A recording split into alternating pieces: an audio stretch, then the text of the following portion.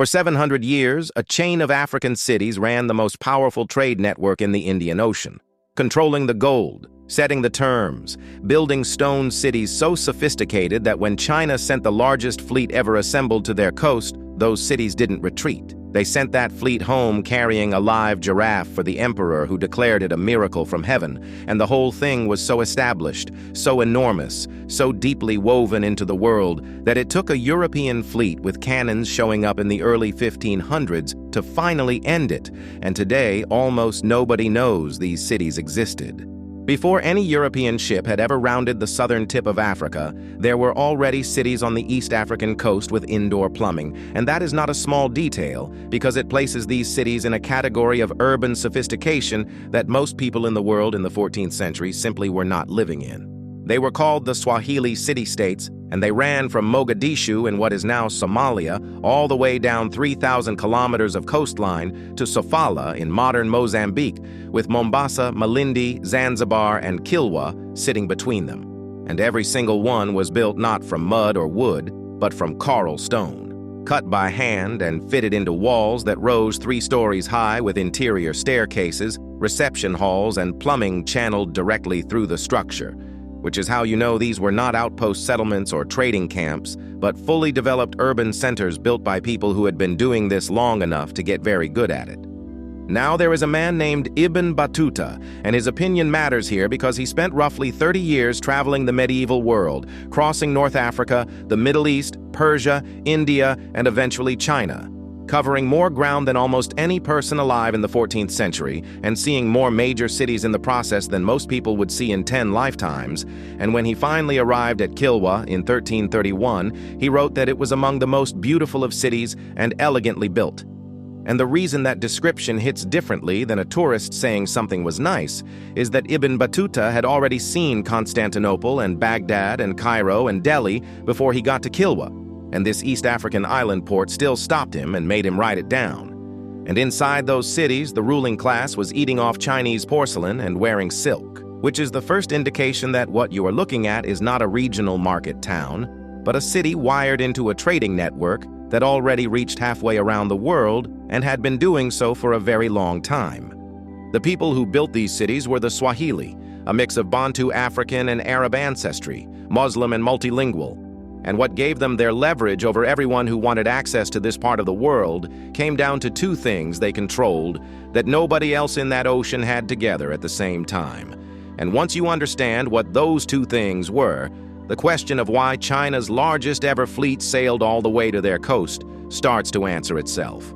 The first thing was gold. Deep in the African interior, in what is now Zimbabwe, there was a powerful kingdom called Great Zimbabwe that mined gold and moved it north and east toward the coast through a port called Sofala, and from Sofala that gold moved up to Kilwa, and Kilwa's position on the map made it the most important stop on that entire coast, because it sat at the southernmost point that a trading ship from Arabia could reach and still return home within a single sailing season on the monsoon winds, which meant every merchant coming from the north had to deal with Kilwa to access that gold, and Kilwa knew exactly what that meant. Because in the 1180s, the Sultan of Kilwa took it one step further and conquered Sofala directly, locking up both ends of the gold route and giving himself control over every piece of gold that moved between the African interior and the Indian Ocean. The second thing was the monsoon itself.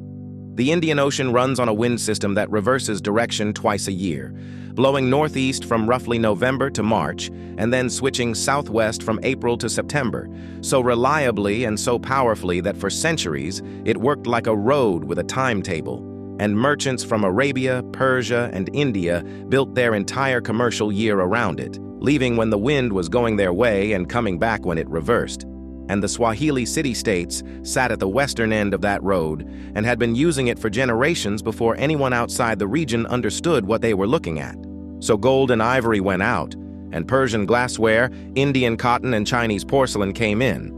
And here is the detail that tells you exactly what kind of civilization was running this trade, because the Swahili elite didn't just eat off that Chinese porcelain the way Ibn Battuta described. They cut pieces of it and cemented them permanently into the walls of their mosques and the facades of their tombs, so that every merchant who walked through those doors could see with their own eyes that these cities were connected to China, that the connection had been going on long enough and at high enough volume that they could afford to build the physical evidence of it into their religious architecture as a statement of power. And archaeologists are still finding the circular imprints left in old plaster where those bowls once sat at sites across Kenya and Tanzania today.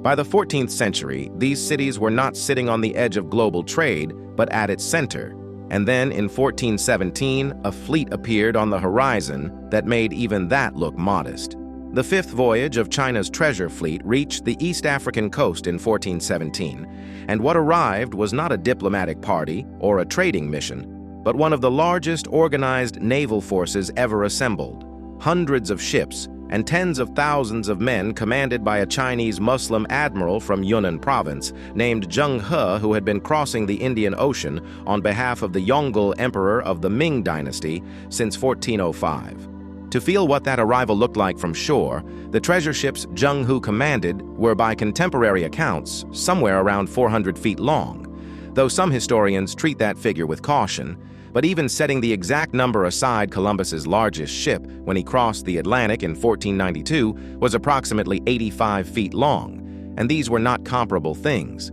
They were different categories of vessel entirely. And the people watching from the docks in 1417 would have understood immediately that whatever was coming toward them operated on a scale that nothing in their experience had prepared them for. Zheng He had been sent across the Indian Ocean to collect tribute, establish relationships, and bring back proof that the rest of the world acknowledged the Ming dynasty as the dominant civilization on Earth, and he had already done this across dozens of ports in Southeast Asia, India, and Arabia, where those ports had mostly responded the way the emperor expected, sending ambassadors and gifts back to the imperial court at Nanjing as a formal sign of recognition. But the Swahili cities were not subject states looking for protection, and they were not small ports that needed to accommodate a powerful visitor. And when Zheng He's fleet arrived, those cities did not treat the moment as one of submission. They treated it as one of opportunity, and what the city of Malindi did next ended up permanently recorded in the official imperial annals of the Ming dynasty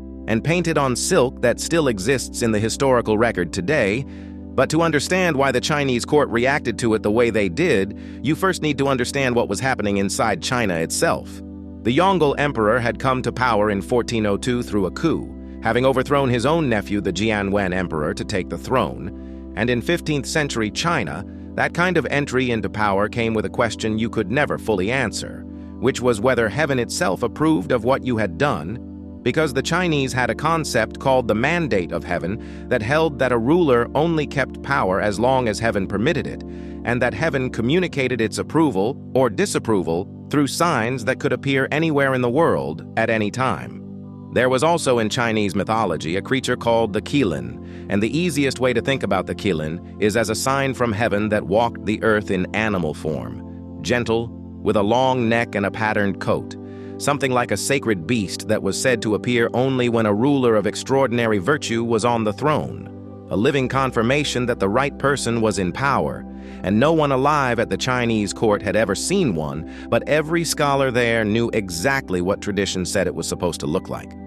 In 1414, some of Zheng He's crew were in Bengal in northern India when they encountered envoys from Malindi who were already there at the Bengali court with a live giraffe as a diplomatic gift, and those crew members had never seen anything like it in their lives, and that giraffe made it to the imperial court at Nanjing, where the emperor's scholars looked at the long neck and the patterned coat and announced that this was the Qilin, that its arrival was proof from heaven that the Yongle Emperor was the virtuous ruler China needed. And the emperor commissioned the court painter Shen Du to paint it, had poems composed about it, and had the entire event formally recorded in the imperial annals. What had actually happened was that a city on the East African coast had sent a diplomatic gift to a foreign court. Zheng He's crew had negotiated to bring it onward to China, and the result was that the most powerful empire on earth announced that an animal from Kenya was divine confirmation of their emperor's right to rule. And Malindi understood the weight of what that moment meant,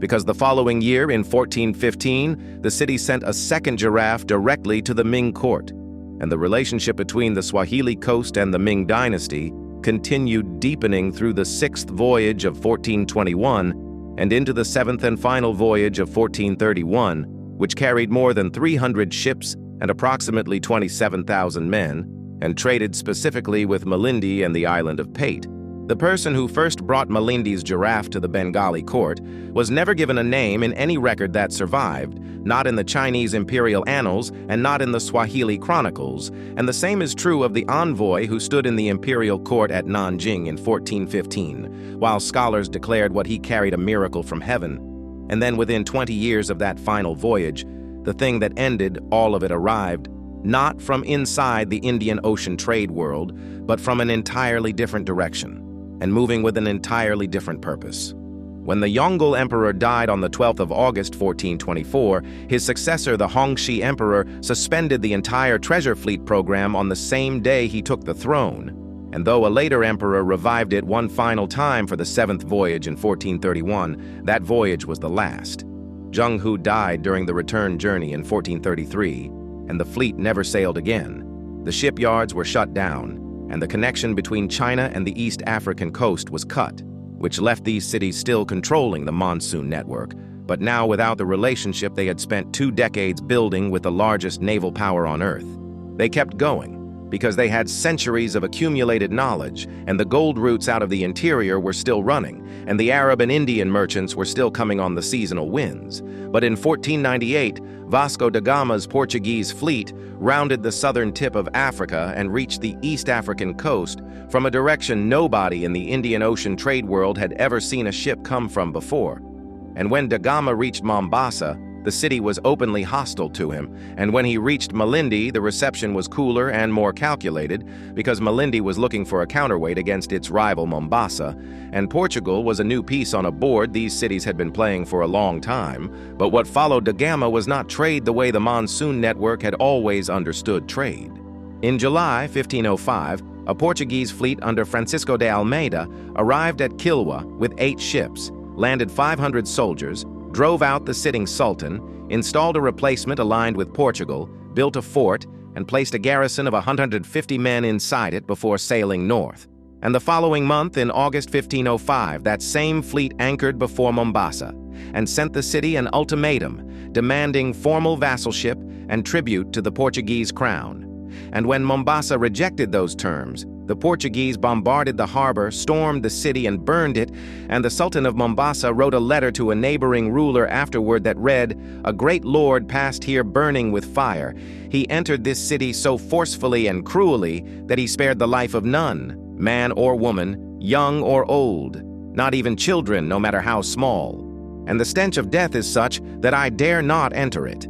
And in the decades that followed, the Portuguese systematically attacked merchants who refused their terms, seized key ports, and rerouted the gold and ivory trade through ports under their control until the network that had connected the Swahili cities to Arabia, Persia, India, and China for 6 centuries was broken apart one port at a time. In 2010, a Chinese and Kenyan archaeological team found a Ming dynasty coin near Malindi, the same city whose envoys had once stood in the imperial court at Nanjing with a giraffe, while scholars called it a miracle from heaven. And in 2013, a second Ming dynasty coin came out of the ground on the island of Manda, further north along the Kenyan coast. And porcelain shards from the Yongle period, the exact reign during which Zheng He was sailing, have been found cemented into mosque walls and tomb facades at sites right across Kenya and Tanzania, with the circular imprints of those bowls still visible in the old plaster of buildings constructed in the 11th and 12th centuries.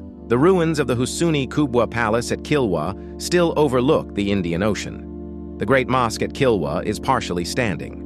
The silk painting Shen Du made of Malindi's giraffe in 1414 is still in the historical record. The Sultan of Mombasa's letter describing what the Portuguese did to his city in 1505 was preserved and quoted across multiple independent sources. The Ming court annals that recorded the giraffe's arrival are still accessible to researchers today. None of that is lost. The evidence that these cities existed and traded with China and ran the most sophisticated maritime network in the medieval Indian Ocean world was always there, in the ground, in the archives, in the plaster of old mosque walls, which means these cities were not forgotten because the proof disappeared, but because the version of history that most of the world was taught found no room for them.